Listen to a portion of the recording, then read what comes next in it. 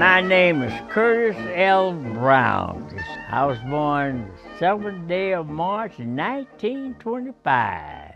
I was born in Dirks, Arkansas, a little sawmill town that was the largest sawmill in the United States of America. And it was only maybe about 500-600 black Americans. I was born and I have lived through 17 presidents of the United States. 17 presidents I have lived through. I remember during the Depression when all the banks was closed. Banks was closed, people didn't have any money, but my family, we got along good. I really never wanted anything that I didn't get. There was 5 in my family. 2 boys, I was the oldest, 3 girls. Father was named Curtis. My mother's name was Hazel. Her maiden name was Hazel Whitmore.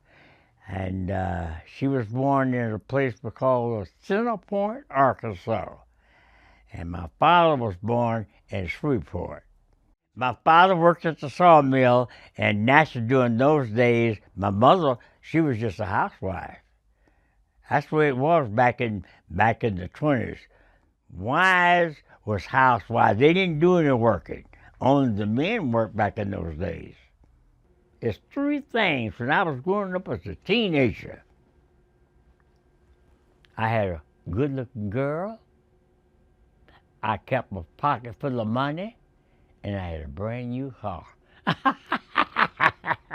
That's a fact. That is a fact. I'm not kidding. As a lively centenarian, Mr. Brown loves to laugh, and when speaking of his formative years, he would describe his family as intelligent and smart. All of my intelligent and smart. I'm not saying I'm intelligent, but I think I have something between my 2 ears. At 100 years old, I keep my own bank book. Nobody mess with my money. Even right now, I take care of my bank account, and I won't make errors. Mr. Brown's intelligence, discipline, and tenacity took him to the highest rank as a non-commissioned officer in the United States Army, becoming a command sergeant major. However, he did not start at the top. He started at the bottom through compulsory orders during World War II, also known as the draft.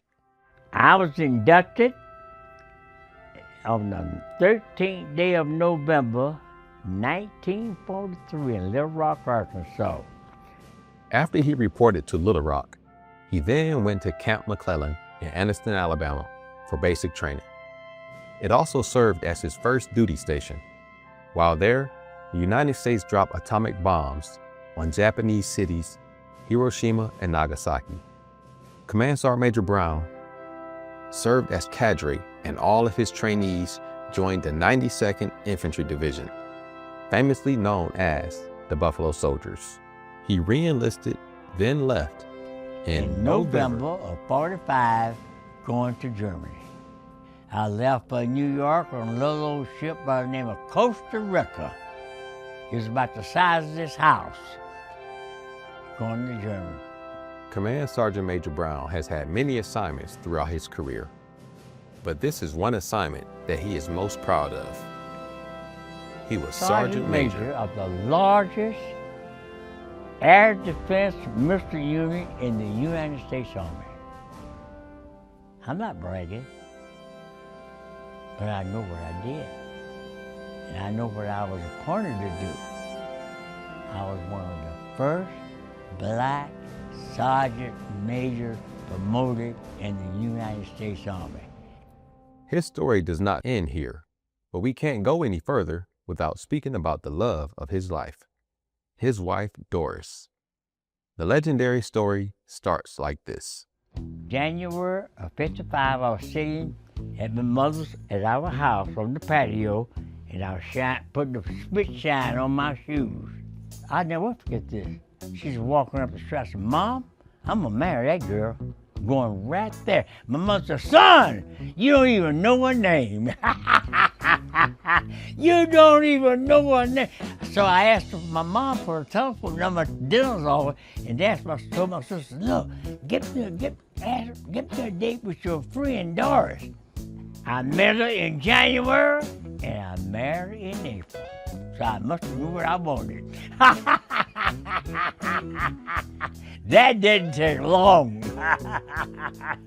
And so we was married for 67 years. You can't talk about the love of his life without talking about the joys of his life, his children. I have a daughter in Germany by the name of Inga.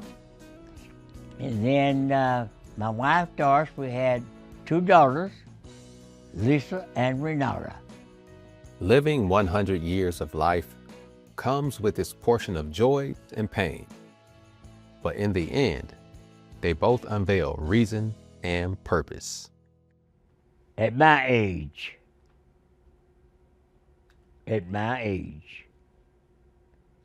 over 100, you would not believe, though, I don't believe no one will believe what I've gone through to reach the age that I am today.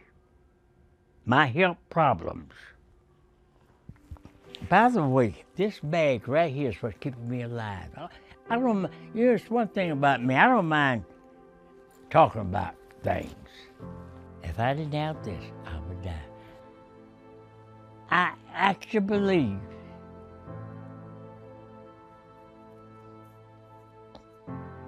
what I've gone through in my life, what I have gone through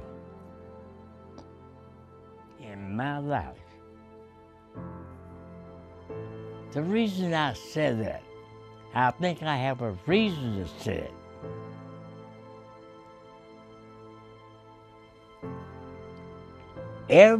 All of my people are gone. Everybody. The ones I went to school with, I don't know if anybody, my colonels, first sergeants I was with, every one of them is gone. This is a fact. Every colonel, every first sergeant that I was with in the United States Army is all gone. That's a fact. They're all gone. And I absolutely believe that the good Lord put me here for a reason. And I absolutely agree with you that God put you here for a reason. And that's a fact. And I'd like to thank you for allowing me to help you tell your story in your own words.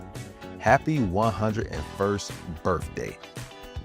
From Master Sergeant Retired, Kyron Vernell Adams, and Mrs. Latoya Adams, and Kyron Vernell Adams II. God bless you, sir. Many more.